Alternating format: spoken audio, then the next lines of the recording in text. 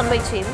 இபிஎஸ்க்கு கெடு விதித்துவிட்டு எந்த சலனமும் இன்றி செங்கோட்டையன் மௌனம் காக்கும் நிலையில் வழி தெரியாமல் மௌனம் காக்கிறாரா செங்கோட்டையன் என்ற கேள்வி எழுந்திருக்கிறது.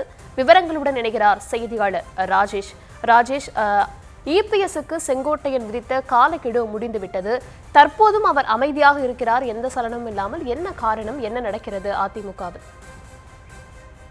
ரஷ்மி வணக்கம். அதிமுக முன்னாள் அமைச்சர் செங்கோட்டையன் டெல்லி சென்று வந்திருந்தார். வந்த பிறகு பிரிந்து கிடக்கக்கூடிய சக்திகளான ஓபிஎஸ், டிடி தினகரன், சசிகலா ஆகியோரை மீண்டும் கட்சியில் இணைக்க வேண்டும். பிரிந்த சக்திகள் ஒன்றிணைந்தால்தான் அதிமுக மீண்டும் பழைய வலிமை பெறும்.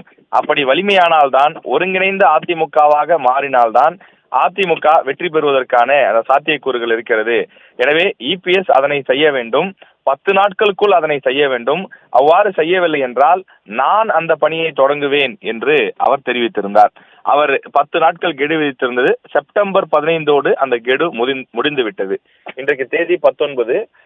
4 நாட்கள் வந்துவிட்டது. கிட்டத்தட்ட 4 நாட்கள் கூடுதலாகியும் எந்த விதமான பத்திரிகையாளர் சந்திப்பும் இல்லை, வெளியிலும் அவர் வருவதில்லை. அவர் தொடர்ந்து மௌனம் காக்கிறார். எதற்காக மௌனம் காக்கிறார்? ஏன் அமைதியாகிவிட்டார் செங்கோட்டையன்? வழி தெரியாமல் தவிக்கிறாரா செங்கோட்டையன் என்று பலரும் கேள்வி எழுப்பக்கூடிய நிலை தற்போது ஏற்பட்டிருக்கிறது. அவர் டெல்லி சென்று வந்த பிறகு சமீபத்தில் அதிமுக பொதுச் செயலாளர் இபிஎஸ் டெல்லி சென்று வந்தார். எனவே இபிஎஸ்னுடைய டெல்லி வருகையின் மூலமாக செங்கோட்டையனுடைய கலக குரல் அடக்கப்பட்டு விட்டதா என்ற கேள்வியும் எழுகின்றது. ஏற்கனவே செங்கோட்டையன் இதே போல கடந்த ஜனவரி, பிப்ரவரி மாதங்களிலே புரட்சி செய்து வந்தார். பிறகு மார்ச் மாதத்தில் அவர் டெல்லி சென்று அமித்ஷா மற்றும் நிதியமைச்சர் நிர்மலா சீதாராமன் ஆகியோரை சந்தித்து விட்டு வந்தார். வந்து ஆங்கில ஊடகங்கள் டைம்ஸ் ஆஃப் இந்தியா, ஹிந்து போன்ற நாளிதழ்களுக்கு பேட்டியும் கொடுத்திருந்தார். ஆம், நான் மத்திய அமைச்சர்களை சந்தித்தேன் என்று வெளிப்படையாகவே பேட்டி கொடுத்திருந்தார். அந்த சந்திப்புக்கு பிறகு, அந்த பேட்டிக்கு பிறகு இபிஎஸ் டெல்லி பயணம் மேற்கொண்டிருந்தார். அதன் பிறகுதான் ஏப்ரல் 11ஆம் தேதி அதிமுக பாஜக கூட்டணி உறுதியானது. அந்த கூட்டணி உறுதியானவுடன் கிட்டத்தட்ட 5 மாதங்களுக்கு மேல் செங்கோட்டையன் இருக்குமிடம் தெரியாமல் அமைதியாக தொடர்ந்து மௌனம் காத்து வந்தார்.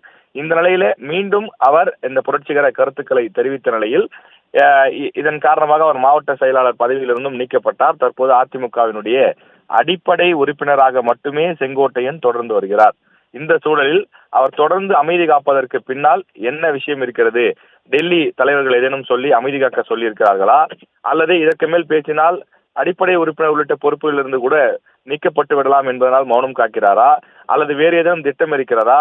அல்லது எந்த திட்டமுமே இல்லையே என்பதனால் அமைதியாக இருக்கிறாரா என்று பல கேள்விகளை முன்வைக்கிறார்கள். ஆனால் செங்கோட்டையன் இது குறித்து எந்த விஷயத்தையும் பேசவில்லை. அவர் விதித்த கெடுவும் முடிந்து விட்டது.